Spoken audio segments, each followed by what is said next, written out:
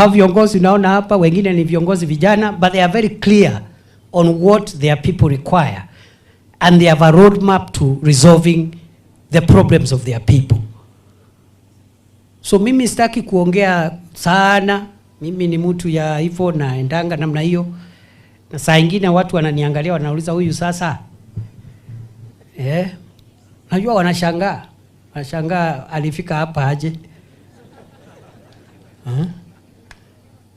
You know, wanashangaa wanauliza sasa alifika aje.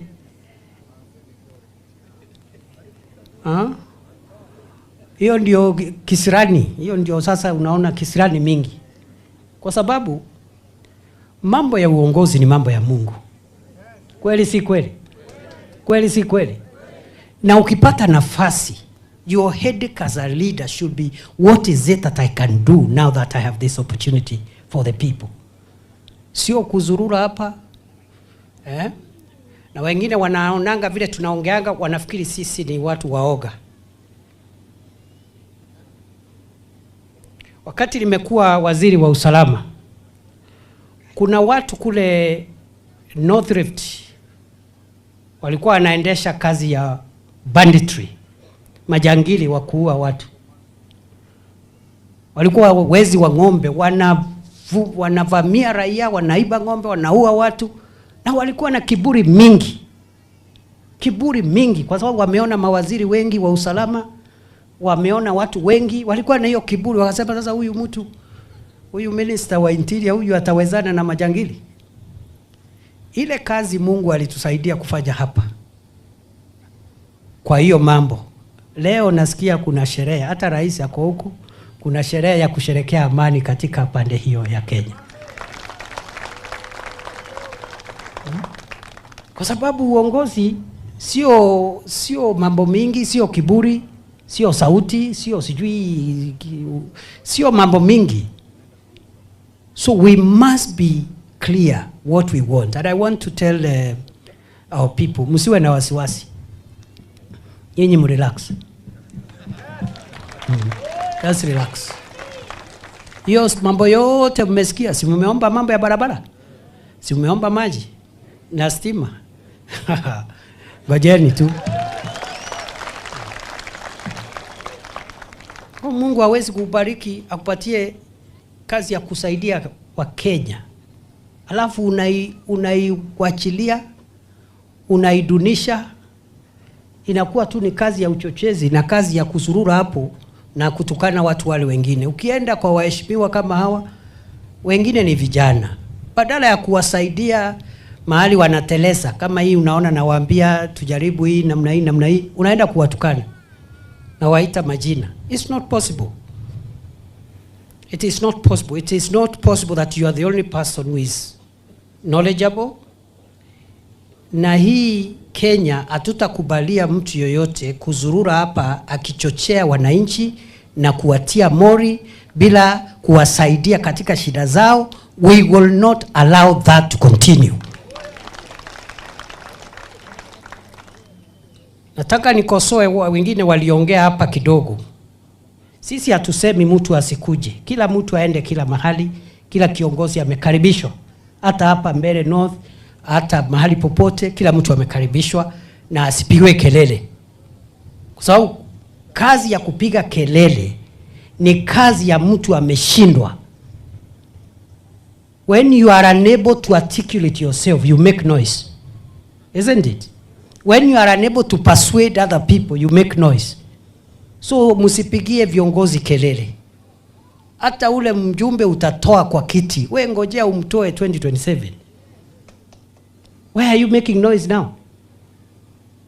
Msipige kelele, we muitishe mambo yake ile ya CDF, ya basari, ya nini.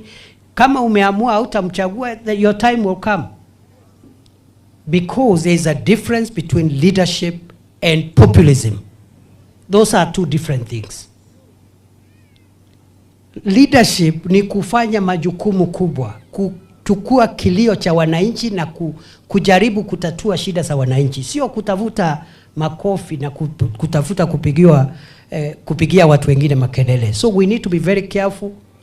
The start of this new year, we must be very focused. na tuheshimiane. Tuheshimiane sisi zote, wakubwa kwa wadogo. Wananchi tuheshimu wananchi. Wananchi waheshimu viongozi wao.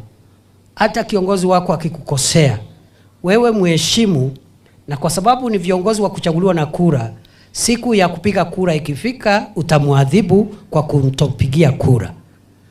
But we cannot be a country of indiscipline, a country of lawlessness, a country of violence and making noise. So all leaders are welcome everywhere, anywhere. They should be treated well. Whether they are in office or they are out of office, it doesn't really matter. They are still our leaders. But they must also respect other people. Na pia waheshimu viongozi wale wengine. Naona watu wanaongea mambo mingi hapo, sijui nini. And I like it that way. Wanaangalia, wanaona kama ni kitu rahisi.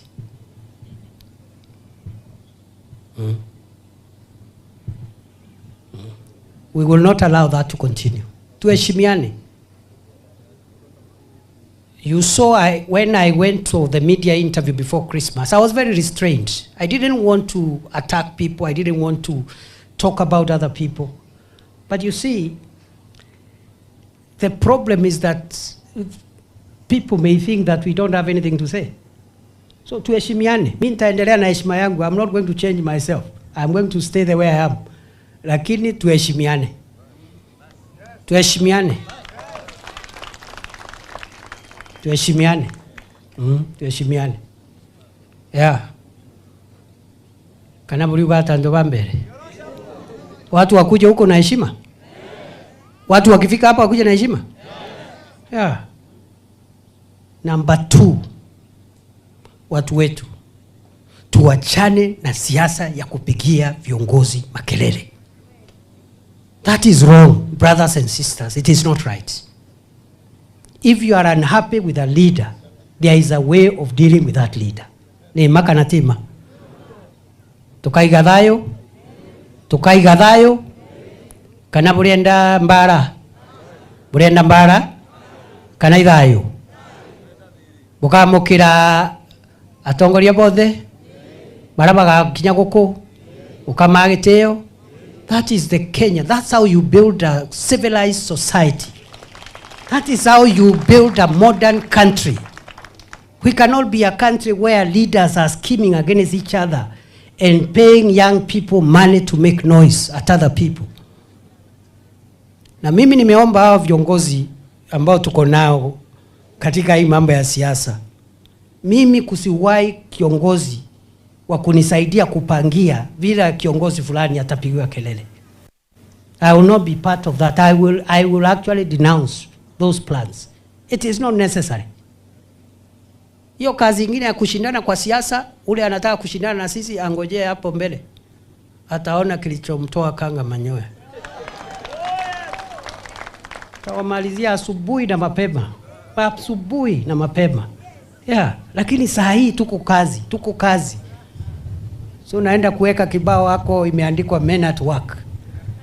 Ile kibao ya wale watu wanajenganga barabara inaitwa Men at Work, ndio naanza kuweka hapo. Na muangalia kutoka kesho ile kazi tunaenda kupromosha Kenya hii. Yeah. Kama wewe uko na hasira zako na mambo ya visirani, usituletee visirani yako. Please, na tuheshimiane. I repeat, tuheshimiane. Mimi heshima zote nimekupatia, but you must also respect me. Kwa sababu mimi naona mahali tunaendelea kuna mahali tunataka kufika.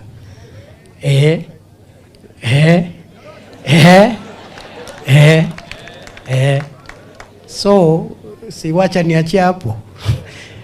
Muko salama wati ya mbele. Tuko chonjo. Utatuunga mkono.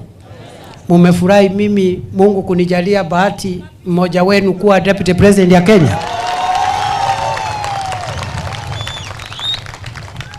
Mumefurahi ya kwamba Mungu amekumbuka sehemu kama hizi zetu. Na niwaulize, tumekuwa na marais wengi Rais William Ruto ni rais wa 5 wa Jamhuri ya Kenya. Kweli ama si kweli? Kuna rais mwingine alikumbuka mtu ya saidi hii kuwa makamu wake?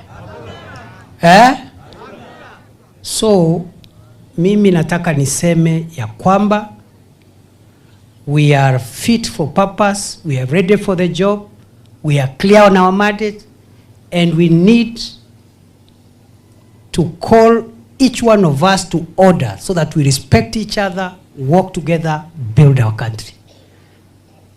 Ya mwisho, msiingizwe katika hii mambo ya sijui Mount Kenya East, Mount Kenya West. Hao watu wote, hii dunia yote, hii community is one community. Si ni kweli? Si imekuwa community moja? Tumesimama pamoja as one community. We are one community. Na wale wanaenda kuongea siasa, mpunguze hii mambo ya kudivide watu. Unaenda kusema sijui nyinyi jamii fulani, sijui hata nyinyi mtu, hapana. Kwani wamekataa? Hawajakataa. Kwa nini unaleta vurugu na hawajakataa? Si ungoje hapo mbele uone vile maneno itanyoroka. Yeah, so usichokoze watu ati sijui hamtaki kutuunga mkono. Wanatuunga mkono wote. Si umeona wengine wamekuwa hapa. So let's not be divisive. Let's put the community together, put the country together, na tutafika ile safari Mungu anataka tufike. Asanteni sana. I wish you well. Bishop, naomba hivi tukimalizia. Nilikuwa nimeongea na wenzangu. Tukasema kwa sababu watu wameleta siasa nyingi hata katika mambo ya Mungu. Ati ile mambo ya kutoa sadaka imekuwa siasa. Ati mambo hii ambayo iko kwa Biblia tulikuta huko, sio sisi tuliandika, imekuwa sasa is a political issue. So nilikuwa nimeongea nao, tukasema kwa sababu sisi ni Wakristo na tunajua Biblia inasema mtu atoe sadaka yake ya shukrani. Kuna sadaka aina nyingi. Kuna sadaka ya shukrani. Na lazima utoe sadaka ya shukrani ndio ubarikiwe.